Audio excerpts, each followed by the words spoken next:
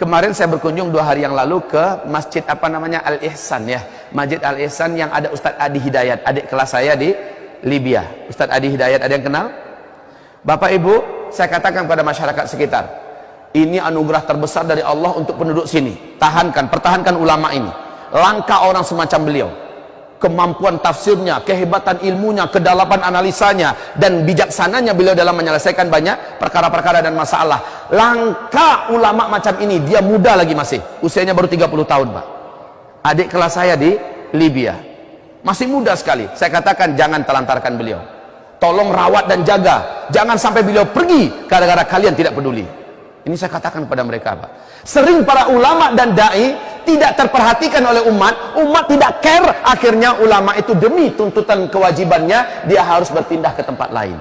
Jangan sampai itu terjadi Pak. Kalau ada ulama dekat kita, perhatikan kehidupannya. Makanya Imam Ibnu Taimiyah tadi di Majmu' Fatawa jilid yang ketiga, saya sebutkan halamannya sekalian ya, sekali-kali ya. Jilid yang ketiga halaman 227 bagian bawah. Sekali-kali. Insyaallah ya, rahmat Allah bagi Ustaz Adi, diberikan kemampuan menghafal yang luar biasa. Kalau saya sesekali aja. Juz yang ketiga halaman 227 bagian bawah. Tengah atau ini? Pokoknya bawah ya. Belajar S1 beliau di Libya, S2-nya di UIN Sunan Gunung Jati, Bandung. Tinggal orang Banten, tinggalnya di Bekasi. Orangnya rendah hati, terkenal masyhur di mana-mana, tapi mau dia nelpon saya, tapi tak saya angkat. Tak tahu saya itu nomor dia. Setelah pergi ke Dumai baru cerita Pak Taufik. Kata Pak Taufik, tadi Ustaz Adi Hidayat nelpon Ustaz berkali-kali. Kenapa tak Ustaz angkat? Tak tahu saya sih. Dan putih makrifat awak lagi. Beliau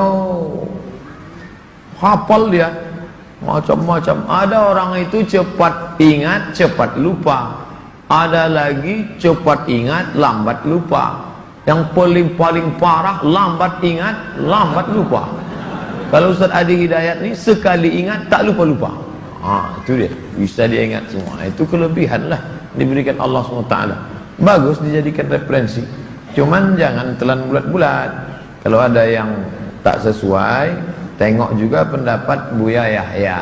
Komparasi, sekarang enak sekali ngaji. Tengok pendapat Ustaz Adi Hidayat, bandingkan dengan pendapat Buya Yahya. Tengok pendapat Ustaz Idrus Ramli.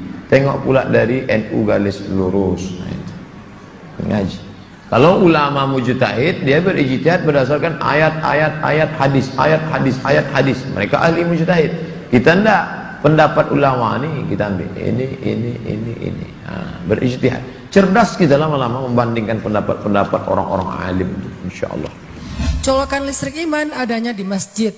Sehingga kalau kita sehari ngerasa iman kita lagi drop, kita harus langsung mencari booster iman. Dan tidak harus booster saya. Ini modus karena jarang nge-upload nih.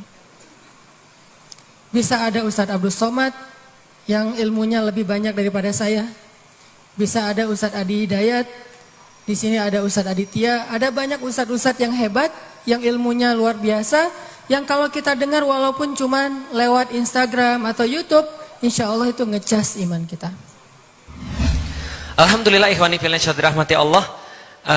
Tadi zuhur saya mendapatkan pesan singkat di WhatsApp saya.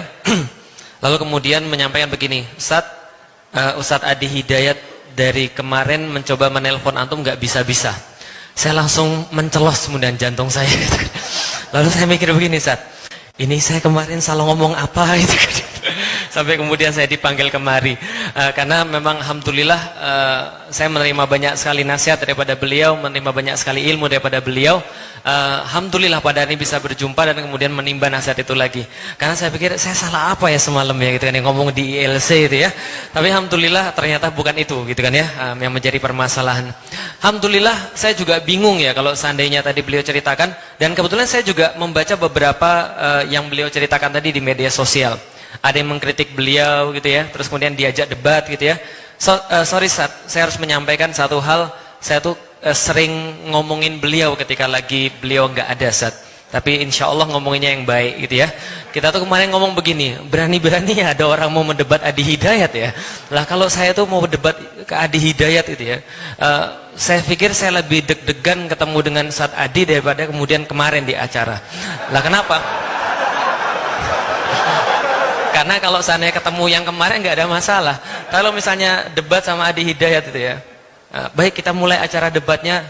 Beliau mungkin bilang, Assalamualaikum warahmatullahi wabarakatuh. Makasih Ustaz, saya sudah paham. Mohon maaf. Jadi artinya alhamdulillah ya. Jadi memang ajaib, memang mungkin pengetahuannya luar biasa ya, sehingga beliau kemudian berani kemudian untuk berdebat tadi.